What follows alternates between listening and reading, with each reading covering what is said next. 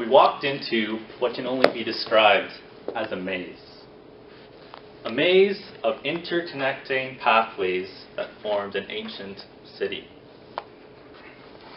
With narrow pathways that zigzag left and zigzag right, and shops that all start to look the same after a while, it's easy to get lost after only a couple minutes and forget if you came from this way, or did I come from this way? Which way did I come in? Let me ask you something. How many of you remember an experience as a child where you went shopping with, say, your mother in a department store and you ended up getting lost? I can tell you that I had that experience myself. And I'd also like to tell you that this experience was starting to feel a lot like that. I have to admit that I was starting to feel a little bit scared. I was in one of the oldest markets in the world, in a city called Marrakesh, in the country of Morocco. And I was very afraid that this market maze was going to swallow up me and my family, which is not good for any tourist to get lost in a foreign country, especially when the sun starts to go down. Good afternoon, fellow Toastmasters and guests. Today I'd like to share an experience with you that I had last summer. While touring with my family in Morocco, we almost got lost in this market maze. The Gemma Alpha is the busiest market in the whole of Africa. It's in the middle of the Medina, which is the old city, and surrounded by high stone walls built centuries ago to keep enemies out of the city. But I'm wondering today, is it trying to keep shoppers in the city? It now feels like, when you look around, that I've been transported into a Disney Aladdin movie. There's shops everywhere, shoppers everywhere, shops that sell fruit, shops that sell spices and great pyramids that go up to your eyes. These are the freshest spices that you can get around the world. There's shops selling bags, shops that sell clothes. Basically anything you want, you could get it here. It's the Moroccan Black Friday every day. Oh, and did I mention, there's also snake charmers here and there that are charming poisonous cobras just feet away from where shoppers are doing their shopping. Somehow the people are ignorant of this. The market is complete chaos. There's so many fantastic sights and sounds that my brain is overloaded. The shop owners in Marrakesh have been selling for centuries down their family lines. They practically invented the art of negotiation. And this is no more clear than when you walk into a store, no item has a price on it. Everything is negotiable. And unlike Canadian shop owners, they're not afraid to use physical force to direct you nicely into their shop. They encourage you to come in. It's not even unheard of for someone to yell, "Hello, excuse me," at you from across the street, trying to get tourists to come into their shops. They work very hard for their sales. It's very admirable. So me and my family start off the day in the main square of this shopping area. So this is a wide open space. But we're here today to try and find souvenirs that we can bring back home.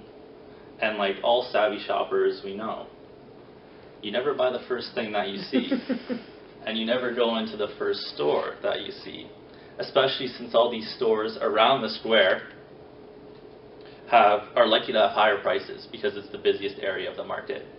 So we start to venture closer and closer to the narrow alleyways that make up the rest of the market. While exploring a shop, a keeper tells us that although he doesn't have a wide variety of scarves in this shop, that he has another shop that has a greater variety. Aha, this sounds like a good idea. A scarf would be a great souvenir to bring back home, but larger variety is always better. So we decide to follow him to his other shop. Unfortunately, his other shop is deeper into the maze of pathways. So my heartbeat starts to quicken as me and my family follow along behind him. And as we start to enter this new cave of wonders, I don't know what to expect. But an alarm's going off in my head, and I'm remembering reading the traveler reviews, warning not to get lost in this maze. Especially because there's no signs pointing the way out. Locals just know the way. Unfortunately, most tourists do not. So we follow the shop owner as he weaves left and then weaves right. The pathways must look like a honeycomb from above. There's no nice parallel streets like there are at home that go up and down, left to right. They all wind back way and this way, seemingly without logic or purpose. We pass another spice shop, another selling bags. I swear, there must be only 10 types of shops in this whole market all selling the same thing. It's impossible to remember something unique in this market. They all look the same. Ah, I got an idea. I'll look up and I'll find a tall tower. That's what I do here with the Calgary Tower. Anytime I'm lost, it gives you the point of direction, right? No such luck here. In this old market, it's all low-rise buildings, and there's no tall towers that you can see at all. And in addition to that, the pathways are so narrow that they put corrugated metal across the top to make a makeshift roof over these alleyways. So sometimes you can't even see the sun. So we go deeper and deeper into the maze, much more than I'm comfortable with. There's no levity in this situation. We finally reach the shop. Finally, thankfully. And we make a purchase. We think we got a deal at the time. Who really knows? But we buy something and we're happy with it. And the shop owner points us in the direction to go back. We can't ask for directions because we don't know the language in this foreign country.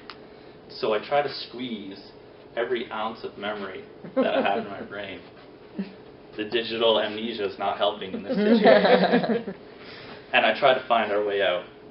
We ventured into the maze, and now that we have our treasure, we have to get back out and get back to the light of the square. So we bob in and out of alleyways. Do we go this way or this way? Oh, I swear we turned earlier. How far do we walk? How long was he leading us? Oh, I don't know. How are we going to get out of here? And finally, we dodge one way and come around the corner, and we're able to finally see the light that is the square that we came in earlier. We emerge back into the open square. The sun shines. We hold up our treasure in our hands that we retrieved from the belly of the great maze that protected it. Final Toastmaster.